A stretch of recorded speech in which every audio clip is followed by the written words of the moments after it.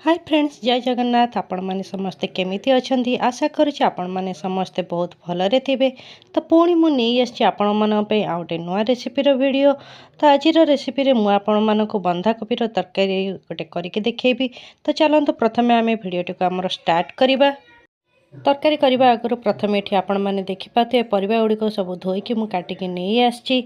आज रेसिपी जेहेतु बंधाकोबीर तरकारी से आपण मैंने देखिपे पत्रकोबी कि बंधाकोबी मुझे छोट छोट खंडे काटिकी नहीं आसी। तापर ये आपण मैंने देखिपे आलू को छोट छोट क्यूब्स काटी सेम वाइज मुझे आमर कैप्सिकम को क्यूब्स छोट छोट कर काटी एंड ये देखिपे ग्रीन मटर मुझे नहीं जाइए। जेहेतु तरकारी पे ऑलरेडी आम परिवा कटा सरी तो से देखो तरकारी पे मु प्रथम ये मसला करी से गोटे ग्राइंडर ग्लास नहीं जाइए। एंड से आपण मैंने ये देखिपारे अदा और रसुण चोपा छड़े भलसे मुझे धोईकी नहीं आसी। एंड ताकि छोट छोट खंडे काटी काटी सारापर ये आपण मैंने देखिपाते से गुड़िक सब मुझे ग्राइंडर ग्लास पकई एंड तापर ये देखिपाते गोटे बड़ टमाटो को काटिकी मुझे ग्राइंडर ग्लास पकई गोटा मसला ये आपण मैंने देखिपारे लवंग आ गुजराती पकई सारापर ये डालचीनी पाउडर से पकईकी आम भल भाव में मसला को प्लेन करके ग्राइंडिंग कर नवा। एंड फाइनाली ये आपण मैंने देखिपाते मसला केते बढ़िया भाव में आम ग्राइंडिंग हो जाइए।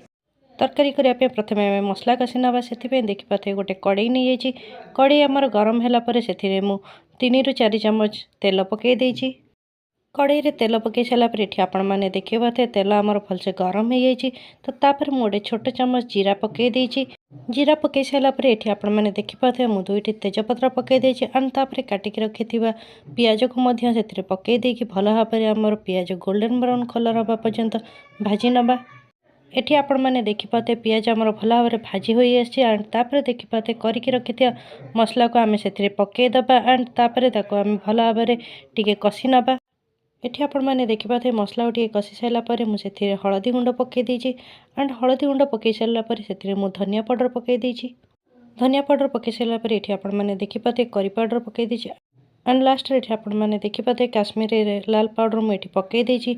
एंड ये आपण मैंने देखिपाते सब गुंड पाउडर पकई सारापर मसला को आम भल भाव में कषि नवा। मसला को 5 ରୁ 10 मिनिट कषि सारापर ये आपण मैंने देखिपाते स्वाद अनुसार मु लुण पकई पुणी आउ थे मसला लुण को भल भाव में गोलैकी मिसईदबा। ये आपण मैंने देखिपाते मसला आमर भल भाव में कषि हो आसला। तो लास्ट मुझे मेथी पत्र पकईकी पुणी आउ थे आम मसला को भल भाव में कषिदबा। ये आपण मैंने देखिपाते 10 ରୁ 15 मिनिट हो जाइए। एंड मसला भी आमर भल भाव में कषि हो आसी। एंड से देखिपाते मु काटिकी रखिथिबा बंधाकोबी किंबा पत्रकोबी को आ सहित आलू को एका सांगे मुझे मसला रे पकईदेवी। एंड ये आपण मैंने देखिपाते पत्रकोबी आलू को पकई सारापर पुणी मसला रे ताको भल भाव में गोलैकी मिसईदेवी।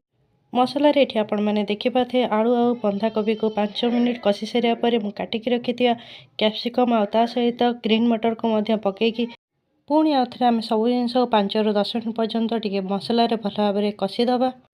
एंड ये आपण मैंने देखिपाते परिवा गुड़िक सब मसला भल भाव में कषि हो आसी। एंड तापर मुझे कवर करके कुक हाँपाई आम 15 मिनिट छाड़द जमी आम परिवा गुड़िक भल भाव में सीझीज। एंड ये आमर 15 मिनिट हो जाइए। एंड कवर करके आम चेक कर नवा कि परिवा गुड़िक भल भाव में सीझी कि ना। एंड ये आपण मैंने देखिपाते परिवा गुड़िक केते बढ़िया भाव में आमर सीझी जाइए। एंड तरकारी भी आमर खाइबापी आमर रेडी हो जाइए। तो लास्ट ये आपण मैंने देखिपाते काटिकी रखि धनिया पत्र सब मु तरकारी उपर एमती चारिआडे पकईदेवी। धनिया पत्र पकई सारापर ये आपण मैंने देखिपाते तरकारी आम भल भाव में एमती गोलैकी मिसईदबा। एंड ये आपण मैंने तरकारी लुक देखी जानीपारे केते बढ़िया भाव में आमर बंधाकोबीर तरकारी ये रेडी हो खाइबापी। बंधाकोबीर तरकारी को सर्व करने ये आपण मैंने देखिपाते मोटे बाउल नहीं। एंड चामच साहाय्य आम तरकारी को एमती बाउल सब काढ़ीदबा। एंड फाइनाली आपण मैंने देखिपाते तरकारी गुड़िक सब बाउल को भल भाव में काढ़ी देइछि। एंड लास्ट देखिपाते ऊपर मुझे कटा धनिया पत्र पकई देइछि। एंड फाइनाली ये आपण मैंने देखिपाते बंधाकोबीर तरकारी आमर सर्व करने रेडी हो जाइए। आशा करुँच आज रेसिपीर भिडियो आपण मानक बहुत भल लगी। एंड जदि आज रेसिपीर भिडियो आपण मानक भल लगी तो घरे निश्चय ट्राए करने को जमारे भी भूलें। एंड भिडियो को लाइक और शेयर करने जमारे भी भूलें। एंड आपण मैंने जदि मो चैनल नुआ होते तो चैनल को सब्सक्राइब करने जमारे भी भूलें। तो आमे मैंने पुणी देखा मोर आउ गोटे नुआ रेसिपीर भिडियो। तो आज एतिकी रहुछि, बाय।